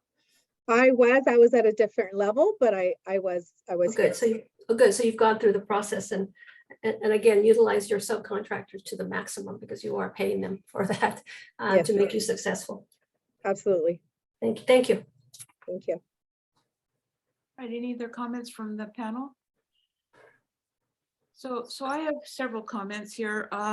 So, I come from food manufacturing, so I'm very familiar with manufacturing equipment in the food industry. So is there new machinery, Celia, that you're using, like new, like Douglas machinery or packaging machinery or bagging machinery or boxing machinery? Is there any type of new machinery on the floor that you have purchased over the last couple months or? We are. Yes, absolutely. We have actually, we're in the process of installing 4 new kettles. The hot kettles, since you're familiar, you understand those are large capacity kettles that are going to be installed. And then we also, with the additional kettles, we're going to need an extra cooling tunnel. And we're installing new wind pack and cryovac machines as well.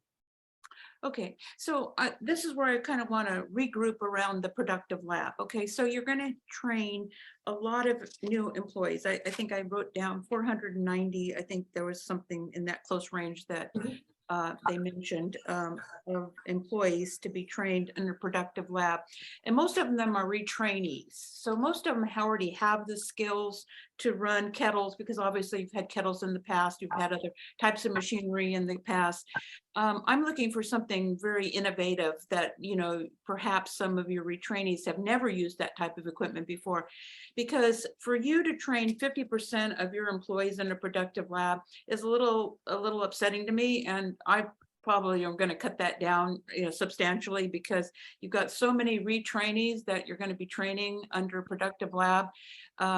I can understand the new employees, not a problem. New employees need to understand the machinery, but the retrainees probably understand the machinery pretty well. So, so I'm going to ask you to look at the productive lab, and I think let's see.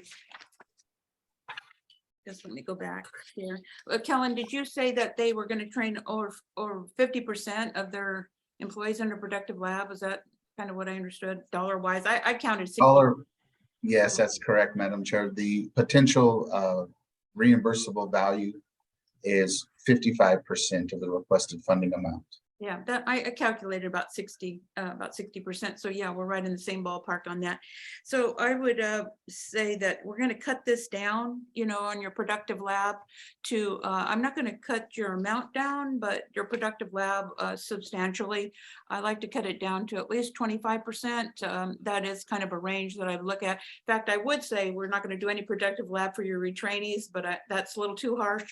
But I would say that, the productive lab is an easy way to, like I said, for you to produce goods, you know, put people on the floor, a one-to-one trainer. And Celia, I don't know if you understand, a one-to-one trainer on each piece of equipment. This takes a lot of time. That person is dedicated to that one employee to do their training for their, you know, 40 hours or 25 hours or whatever it is. And that takes a lot of infrastructure. It takes a lot of trainees, trainers to do that. So it just seems kind of onerous, you know, because I come from that business, it just seems like it's really hard to do. So, so I'm going to ask that you, and Barry, I'm going to ask you to cut this productive lab down to at least only 25% of the full funding amount versus the 60% that I calculated. So is that going to be a problem for you, Barry? No, we can work with that. Yeah, and I'm not sure exactly why, because it's not very specific as to type of machinery. It just says production equipment and tools, preventive maintenance. Preventive maintenance, I don't know. I kind of get a little queasy on that part. So, but do you see where I'm coming from? If it's new employees, I understand. Retrainees, you know, whether you have one kettle, you know, kettle 1 or kettle 2 or whatever it is, to me, it's all basically the same. I mean, we changed out our production equipment all the time, but basically it was the same type of equipment, maybe a little upgraded here and there, but basically it's the same type of equipment. And so I don't think we need productive lab training on that type of equipment. So, but thank you for your consideration on that. So any other questions from the panel regarding that? Okay, so with that, I'm going to open it up to the public if they have any comments regarding that. No hands raised at this time. Okay, so so I would like to make a motion to approve this project at $487,600 with the concession that they're going to cut their productive lab by up to 25% of the full funding amount, not the 60% that we originally intended. So I'll make that motion to approve. Do I have a second? Second, this is Gloria. Okay, very good. All in favor, say aye. Aye. Aye. Those opposed, say no. The ayes have it, motion carried. So Kellen, you'll follow up with that, make sure that their productive lab isn't to where it's at. If you understand what I'm saying with that, with the productive lab, it's an easy way to train, but it's probably not the correct way. So. Absolutely, Madam Chair. Yeah, we'll either reduce the hours and the range or the amount of bodies to participate, but we'll get it to 25%. Okay, very good. Thanks, Kellen. Thank you. Okay, up next we have Bellows. Yes, good morning, panel. Please turn to tab 29, training proposal for Bellows Plumbing, Heating and Air, Inc. This is a priority industry and a repeat contractor. Total ETP funding being requested for $250,470. That's to train an estimated number of training of 80 under retrainee job number 1 and 38 under job creation retrainee job number 2, and then last but not least 7 under the veterans retrainee job number 3. ETP training will be provided at the company's SoCal, San Rafael, and Campbell facilities. This will be Bellows' second ETP contract, and it's second in the last 5 years. And here today, the answer to your questions are Chelsea Schlunt, owner, and Jill Manuson from Synergy Management Consultants. Very good. So does the panel have any comments regarding this proposal? Quickly, I just wanted to commend the applicant for having the same wage range, tongue twister, for job number 3, veterans, and also your retrainees. Thank you for paying the veterans a higher wage. I did have a question about the job creation though for your technicians and installers, and starting off 10 of them at $20 to $25 an hour. Similar to my line of questioning with the other applicants, how soon can we anticipate that those new persons, as they progress in their training, would receive a wage increase? Yeah, thank you for that question. It's always our goal to get these hardworking individuals higher wages, and it's something that after a 90-day just initial period, we do a review, and then we try to do a review every 6 months thereafter, and use that as an opportunity to increase their wages. Excellent. And it looks like from your application that you're not applicable to public works. You're primarily focusing on residential construction, correct? We are, yep. Yep, exactly. I wanted to see if the Madam Chair, if you had questions about productive lab. I did, but you know, they're running around 30% of their full funding amount. I mean, it's kind of right on the border, but they do have some job creation in there, and I understand that that could, you know, certainly be needed around the productive lab part. So yeah, that's really all I have. I just want people to kind of understand where I'm coming from with understanding productive lab. And so that's really all I have. I do have a question around heating systems, only because are you familiar with tankless water heaters?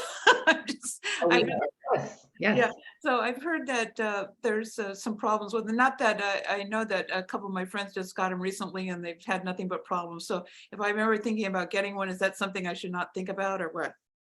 Oh, as I always say, it's not the equipment, it's the skill of the installer. So maybe that's our problem. A properly installed tankless is phenomenal. I mean, you have endless hot water.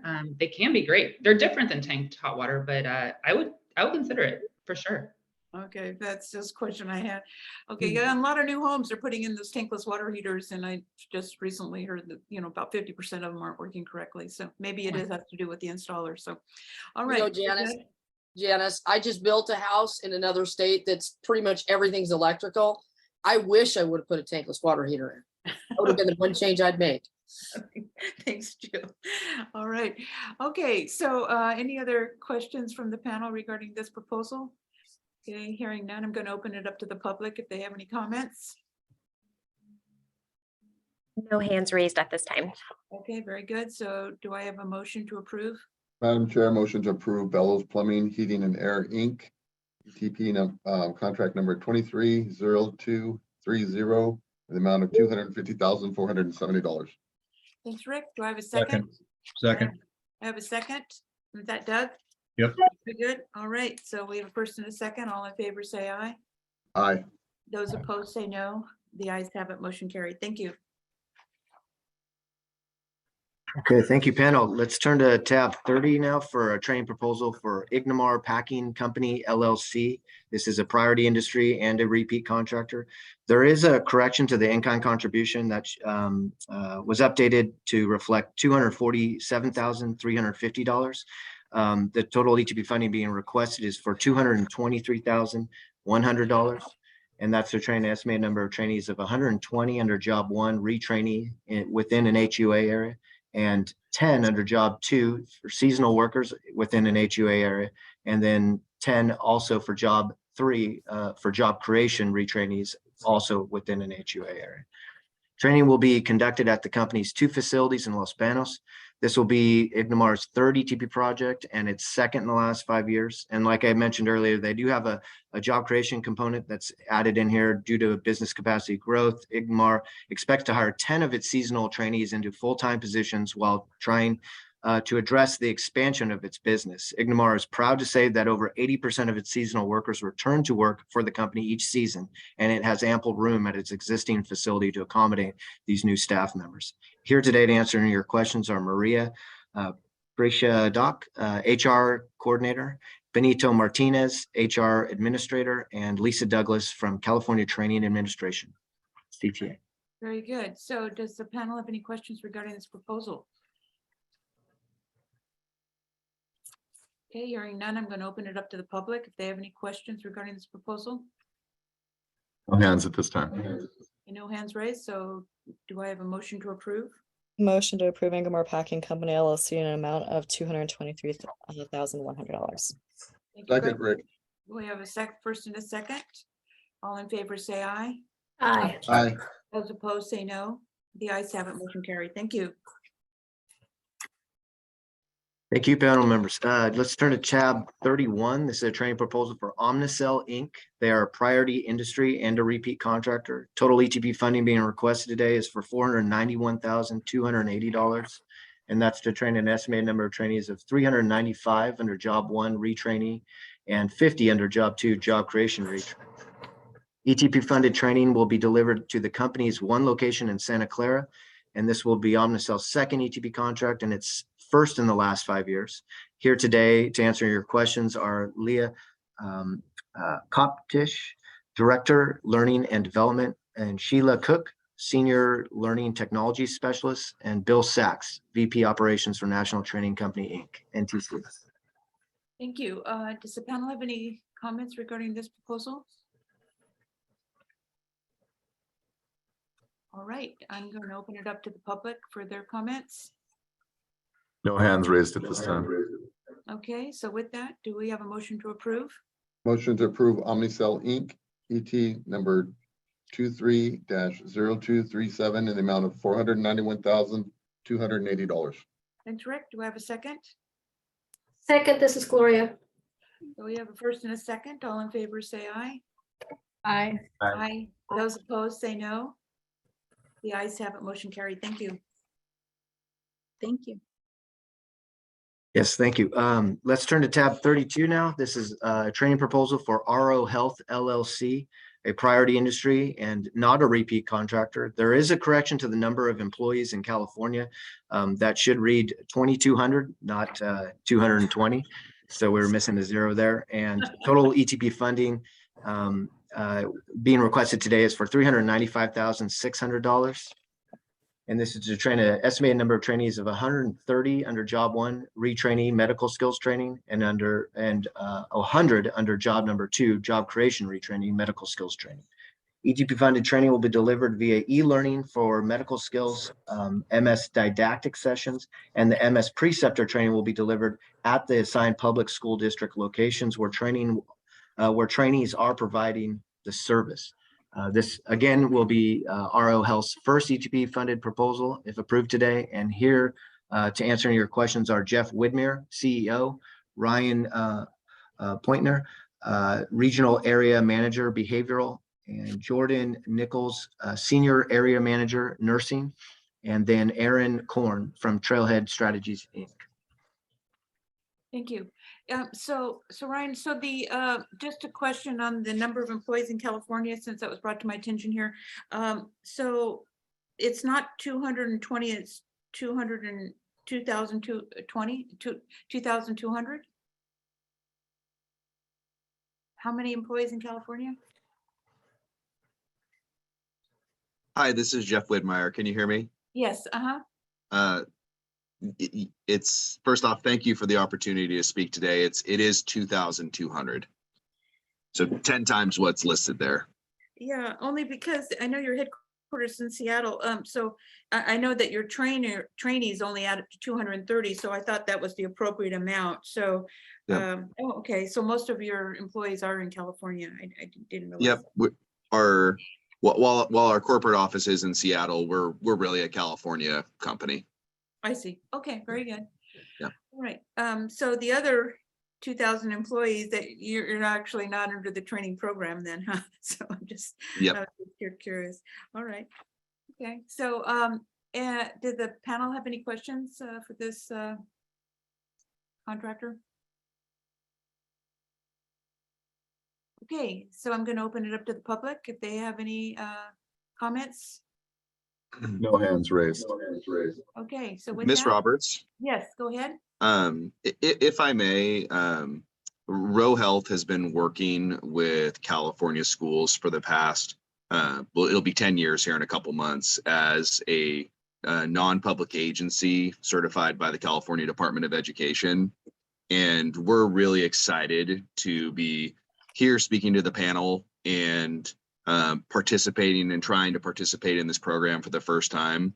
It's interesting the timing of this program where this is the first time we're applying, but there's also been an unprecedented demand for nursing services and behavioral support for children with special needs in schools. And we've continued to provide those services for the past 10 years, but there's just not the people available. And I heard Ms. Newsom's request to modify the funding amount for one of the previous applicants. And I heard that there may be substantial funding still available even after these applications are processed. I don't know if it's appropriate, but in planning out our training program, it was clear to us that we were going to use most of the funds in the first year of the program. And if we were advised that the odds of us seeking the maximum amount would not be, it's not normal or not usual for first time applicants. At the same time, because of the tremendous demand for behavioral services for kids in schools and for nursing services for kids in schools, if I may request, I'd like to increase the amount to the maximum 600,000, because there's zero question in my mind that we'll be able to use those services to train both behavioral health professionals and nurses to help our schools provide the services that our kids need. Well, thanks, Jeff, but actually the cap for a single employer is 500,000, not 600,000. Oh, 500,000. Yeah, Okay. 600 is for a MEC. But I see where you're coming from, and this is the first time, and a lot of times we are a little cautious on that. I know you have you're working with a subcontractor on this as well, which is great as being a first-time person. And you know, being the CEO, I appreciate you coming forward to the panel today. And I know that you have other people that are actually going to be doing the administration of the project. But I would just encourage you to see how it goes for the first time. It's not just as easy as you think as just handing over a check for 400 grand. No, it is takes a lot of due diligence behind the scenes, and in making sure that you have, I know you've got an LMS system, which makes it a lot easier. But again, it is not as simple as you may think. So give it a try the first go around, and then if you're successful, we'd love to see you come back. But you know, just be a little cautious on this. It's just not as easy as you may anticipate. So regardless of what maybe your subcontractor may have told you, I'm not familiar with Trailhead Strategies. I'm not sure if they're familiar with ETP as well. I haven't seen them come through before. Maybe I have. I just don't recognize the name. So just, you know, just be careful on asking for too much or more than you can actually handle. So. Thank you for that feedback, Ms. Roberts. All right, so we already asked the public if they had any other hands raised regarding this proposal. Okay. No so- hands raised, no hands raised. So with that, do we have a motion to approve? Madam Chair, motion to approve Row Health LLC, ET number 23-0238 in the amount of $395,600. Thank you, Rick. Any other, do I have a second? Second. You have a second from Gloria? Okay, we have first and second, all in favor say aye. Aye. Aye. Aye, those opposed say no. The ayes have it, motion carried. Thank you. And thanks again, Jeff, for coming forward today. Thank you. We appreciate your support. Okay, panel, let's turn to tab 33. This is a training proposal for Rislink Corps, DBA Chua America. This is a priority industry and not a repeat contractor. Total ETP funding being requested for $425,500. And that's to train an estimated number of trainees of 90 under job number 1 retraining and 200 under job number 2 job creation retraining. ETP funded training will be delivered at its headquarters in Santa Clara.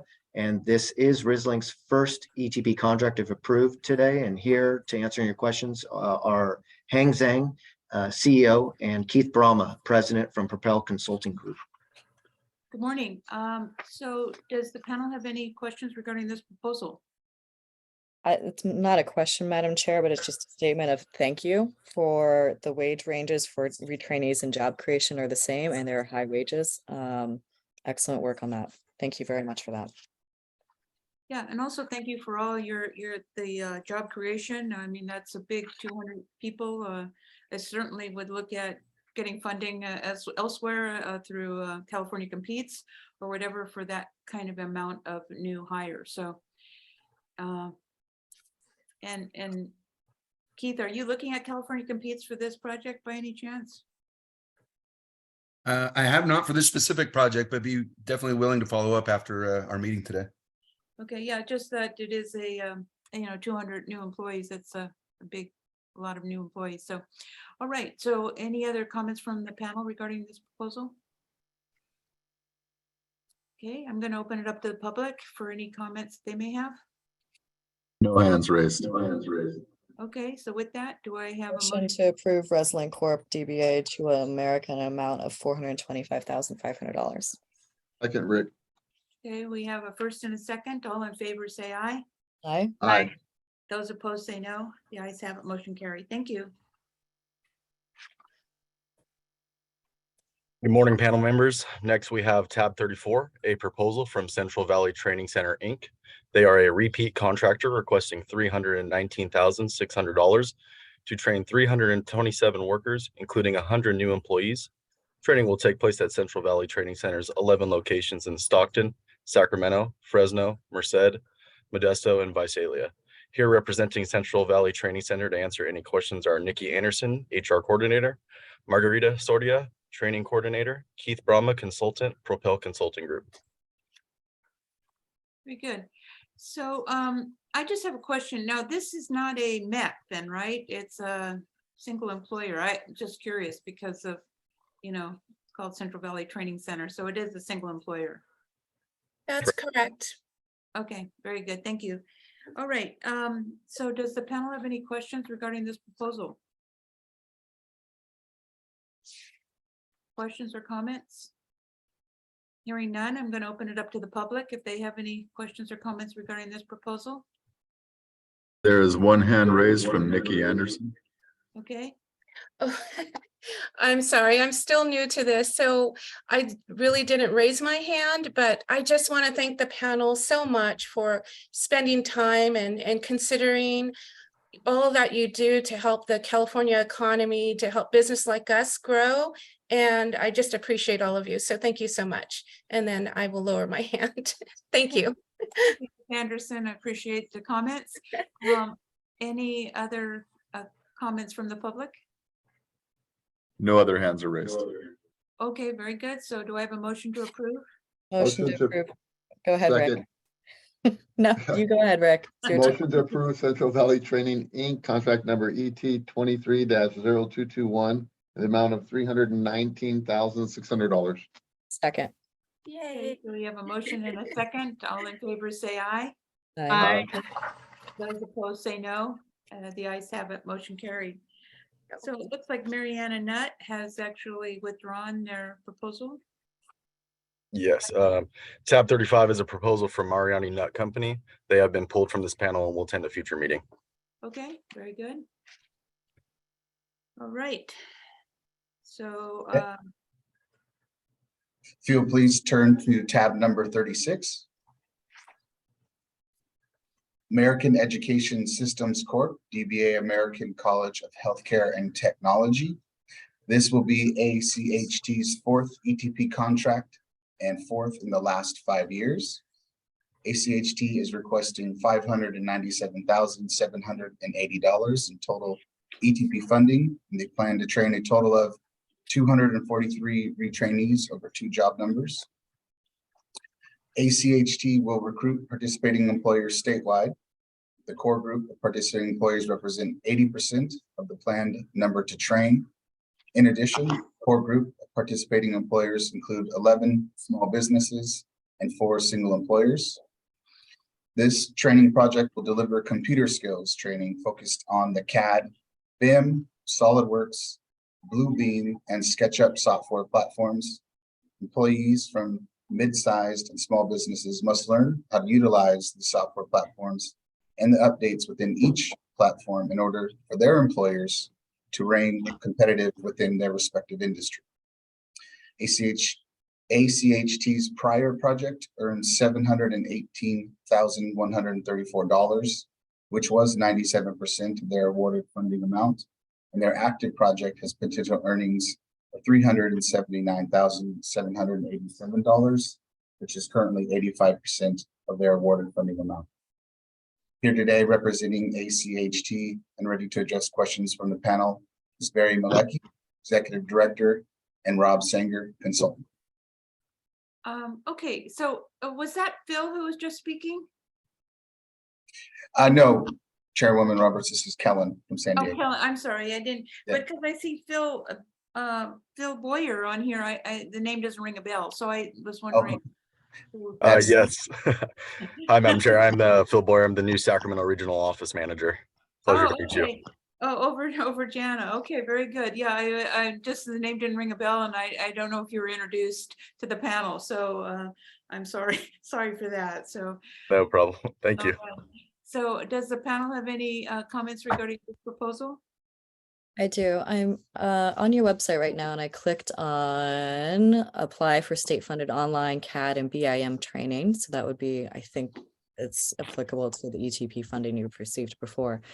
Under qualifications for state funded CAD training, one of the caveats is a contribution of $180 for each trainee book and registration fee that is non-refundable. Who is paying that fee and book? Is it the trainee or is it the employer?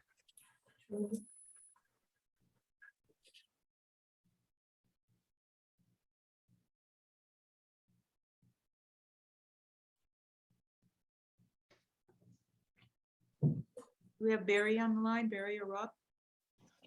Barry would have to answer that question. Barry, you there? Can you hear me? Yes. Oh, hi.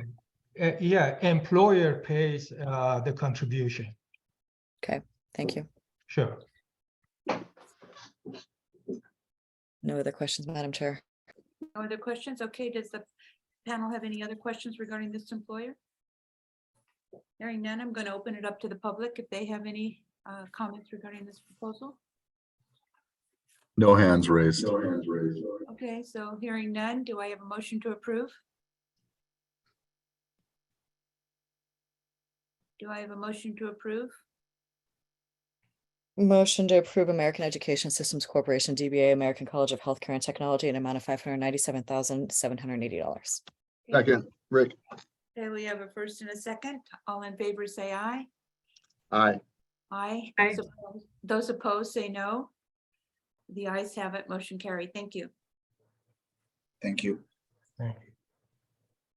Next, we have tab 37, a proposal from Tulare Joint Union High School District. They are a repeat contractor requesting $295,200 to train 24 CNAs.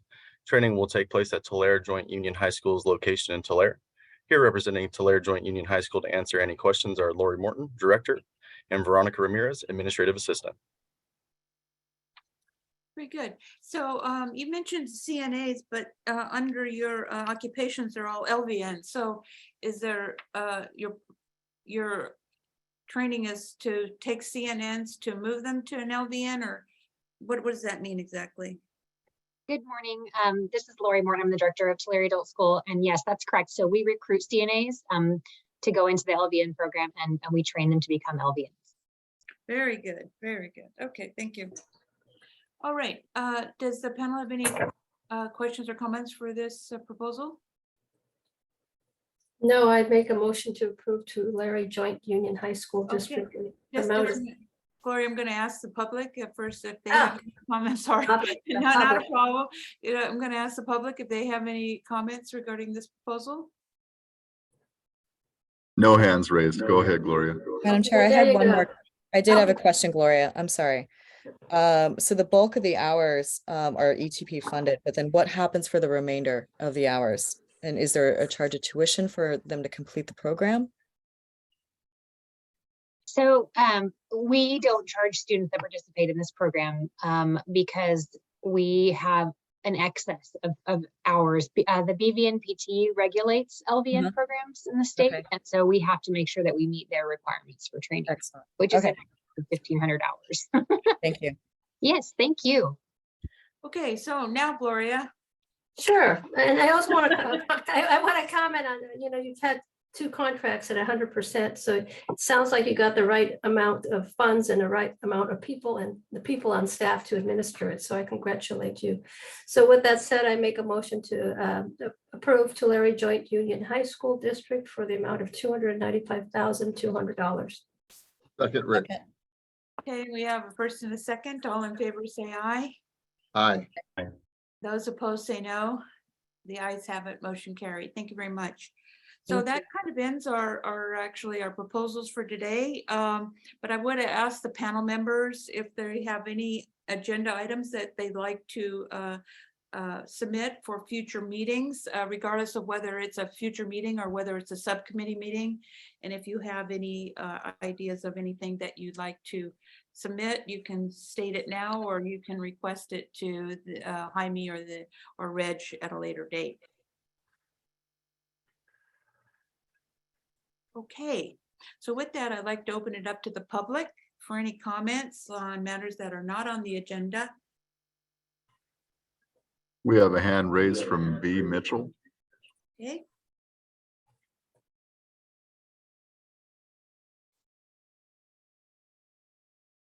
I'm sorry, can you hear me? yes. Yes. Can you guys hear me? Yes. Hi, I'm calling because I was told by Marisol, our representative, to join this call. But I didn't even see our company in here, so I'm just confused as I spent a lot of time here, wasted a few hours, and I didn't even see our contract in there, so I'm confused as why I had to be on this call. So were you under the consent calendar? What company are you representing? ASC Process Systems, and it was, I received the email invite and was told to attend this meeting by Marisol Niquette. Yeah, And I just, yeah.